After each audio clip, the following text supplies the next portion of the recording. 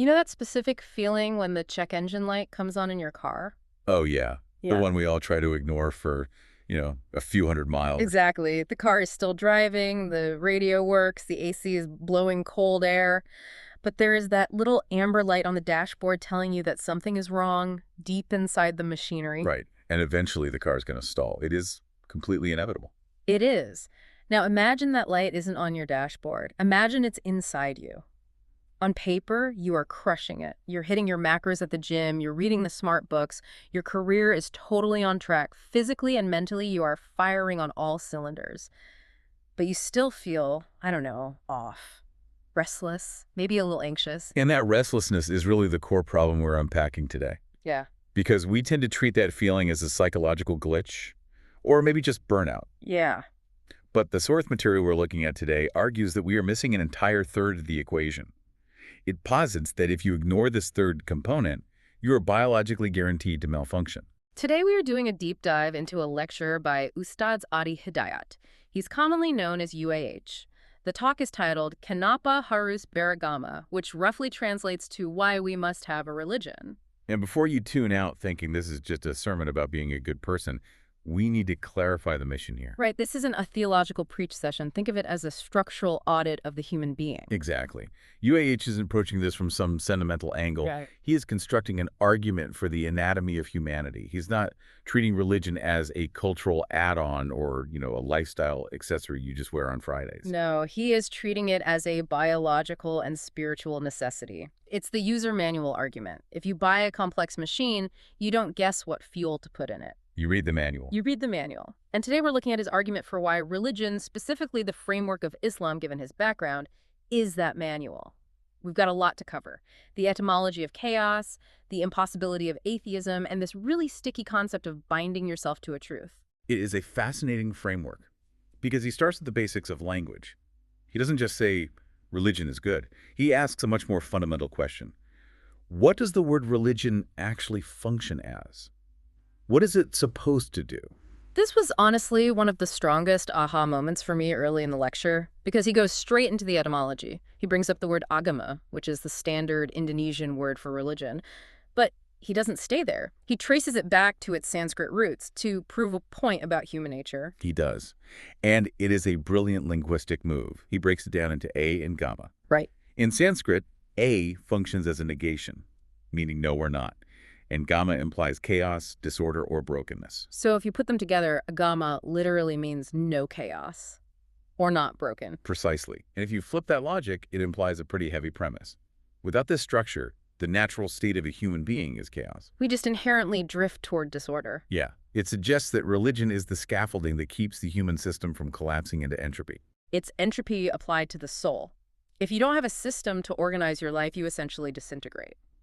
But and here's where the linguistic nerdery gets really good for me. He contrasts that Sanskrit definition with the specific term used in the Quran, which is ad-din. This is a really critical distinction. Because in English, we just say religion for everything. But UAH points out that the Quran uses ad-din with the specific article al-Islam. Which is like the definite article in English. Right. It's not just a way of life. Yeah. It is the system. Okay, let's unpack this a bit. Because he was very specific about the grammar here. Why does that alif lam matter so much? It matters because it moves the conversation from general to specific. He describes ad-din not just as a broad concept of avoiding chaos, but as a distinct objective structure designed to organize life. Okay. It's presented as the specific mechanism, really the only mechanism in his argument, to build closeness with the creator. So if agama is the general state of not being broken, ad-din is the specific manual on how to achieve that state. Exactly. And this leads us directly to his anatomy of humanity. I found this super helpful to visualize. He says we aren't just one thing. We are a tripartite system. 3 distinct parts. Yes, the tripartite nature of man.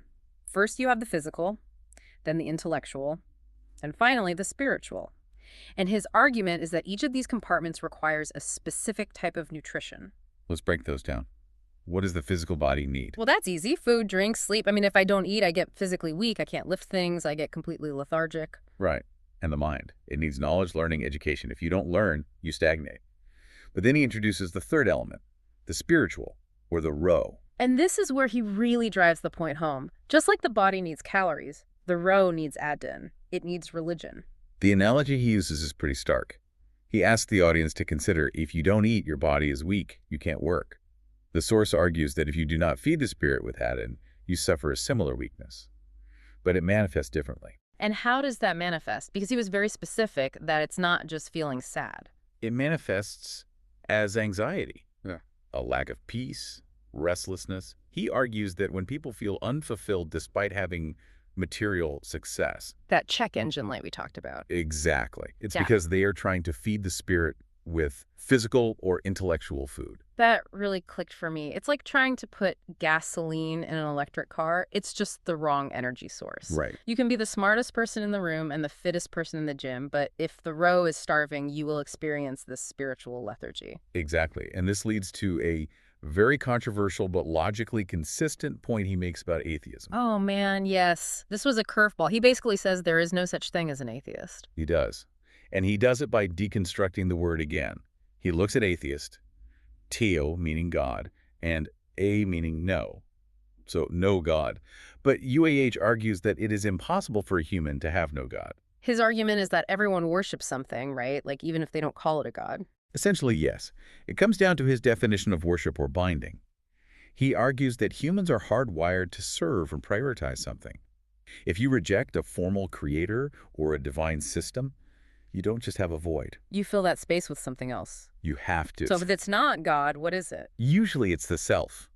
He references the concept of nafsu, your desires, your ego, your own logic. If you aren't submitting to a higher power, you are submitting to your own thoughts. You become your own deity. So the God becomes me. I decide what's right. I decide what is moral. I decide what I want. Exactly. And going back to the nutrition analogy, he compares this to eating the wrong food. If the row of the Wadachi is designed to be nourished by the creator's guidance, and you try to feed it with your own ego or desires, it's like trying to run a car on water. It doesn't work. It doesn't. It's almost cannibalistic in a spiritual sense. You're feeding the self with the self. It provides no actual new nutrition. That is a great way to put it. It's a closed loop. So the soul remains unbalanced and restless because it's being fed junk food, ego, and desire, instead of the nutrients it was actually built for. That is a heavy perspective. It totally flips the script from I choose not to believe to I am choosing to worship myself. It frames belief not as a choice between religion and nothing, but between divine guidance and self-worship. And this brings us to the menu. The menu, I like this metaphor. It makes the concept very tangible. He references Surah Al-Imran, verse 19 here. He frames the creator as the one who built the machine, the human being.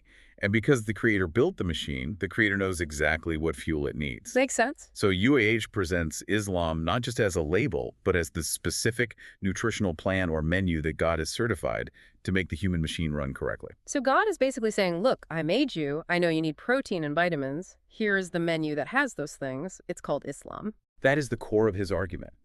He says God offers this choice. Here is what I have established as the truth that will connect you to me. But, this is very important, he immediately pivots to the concept of free will. Yeah, because usually when you hear this is the one true menu, the very next sentence is, and you must eat it. Right. But he quotes another verse, Surah Al-Baqarah 2.256. There is no compulsion in religion. Right. This is a fundamental tenet he highlights. He emphasizes that the Quran is objective. God offers the guidance, the hidayah, the indicators. But God does not force the human to choose it. It's literally like the waiter putting the menu down. Here is the healthy stuff. Here is the junk. I'm telling you the healthy stuff makes you live longer, but I'm not going to force feed you. And UAH takes it a step further. He says we aren't supposed to just pick blindly. He actually calls for verification. He says analyze it. That surprised me, to be honest. He's very academic about it. He didn't say just have faith. He said you need to use history, logic, and arguments to prove why this specific religion is the correct choice. He even says we have high standards. He tells the audience that in future lectures they will use history and logic to prove the validity of Islam.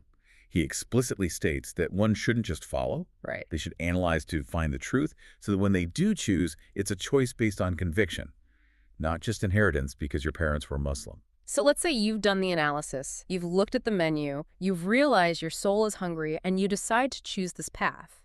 What happens next? Because he talks about moving from just knowing something to binding.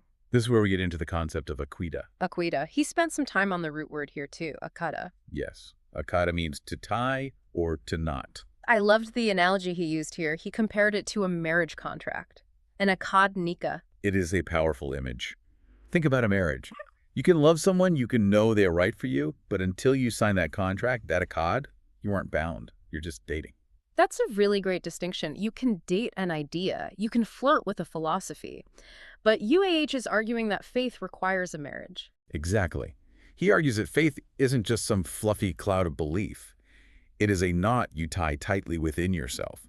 He defines a Muslim as someone who has bound themselves to the system of Adin. So if Adin is the system, the Muslim is the person tied to it. Precisely. And he references Surah Al-Imran 3.102, which commands believers not to die except in a state of holding this knot tightly. Holding on to it. Right. The goal is to ensure that this bond is so strong that nothing in life, no tragedy, no temptation can untie it. He defines faith, or iman, as confidence without doubt. That seems to be the standard. You tie the knot so tight that you don't doubt the connection. But there's a nuance here regarding how you maintain that knot. And this touches on the rules of learning and critical thinking he lays out near the end. Right. He mentions Surah Al-Maisala 5.1-1. It's a warning about asking too many questions, which felt a little contradictory at first because he just told us to analyze and verify. I can entirely see why it feels that way, but it's about timing and intent. The warning is against asking excessive questions about things that have already been made clear. Can you give me an example of that? Well, think about a parachute. Before you jump out of a plane, you should absolutely inspect the parachute. For sure. Check the cords, check the fabric, analyze it, verify it. That's the first phase UAH talks about. Okay, so I've checked it. I'm convinced it works. Right. Now you jump. Once you are in the air, once you have tied the knot and committed to the jump, it is completely counterproductive to start cutting the cords to see what they're made of. I see. That's the paralysis by analysis thing. Exactly. He suggests that once you have verified the truth and the knot is tied, constantly picking at it with excessive or confusing questions becomes destructive. It creates confusion where there was already clarity. So analyze the menu before you order. But once you're eating and you know it's good, don't stop every 2 seconds to ask, wait, is this actually a fork? In a sense, yes. He warns that excessive debate or counterproductive questioning can actually lower one's spiritual standing because it distracts from the practice and the connection. The goal is to be healthy, not to argue about the font size on the menu. That makes a lot of sense. It's about focus. And speaking of focus, I noticed UAH ended the lecture with a very humble note. For a guy delivering such a strong, absolute message about the one true system, he was pretty quick to minimize himself. He was. He explicitly told the audience, if there is truth, it is from God and his messenger.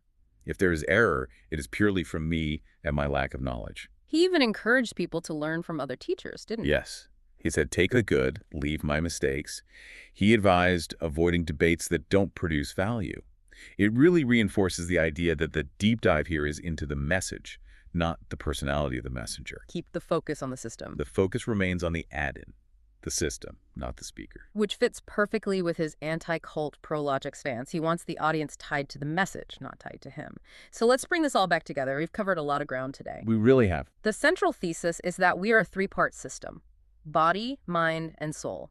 The body needs food. The mind needs education. The soul needs add-in, specifically the guidance of the Creator. And without that specific nutrition, the soul becomes broken or chaotic.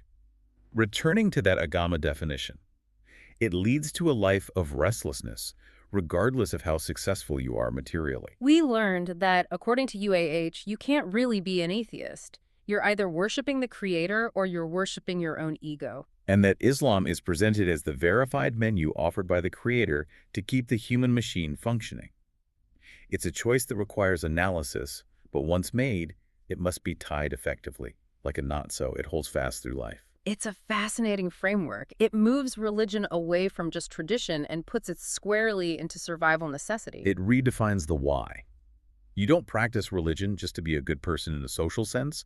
You practice it because your internal machinery requires it to operate. Without it, you are just a car running on 2 cylinders. So here is the question I want to leave you with today. We live in an era of optimization. We audit our diets, we track our sleep, we check our investment portfolios. But if UAH is right and religion is a menu for the soul, when was the last time you audited what you were feeding your spirit? That is the question. Are the beliefs you hold actually nourishing you, giving you that tranquility and strength? Mhm. Or are they just empty calories, distractions, and ego that leave you feeling full but spiritually starving? Something to think about the next time you feel that unexplainable restlessness. Thanks for taking this deep dive with us. Until next time. Catch you on the next deep dive.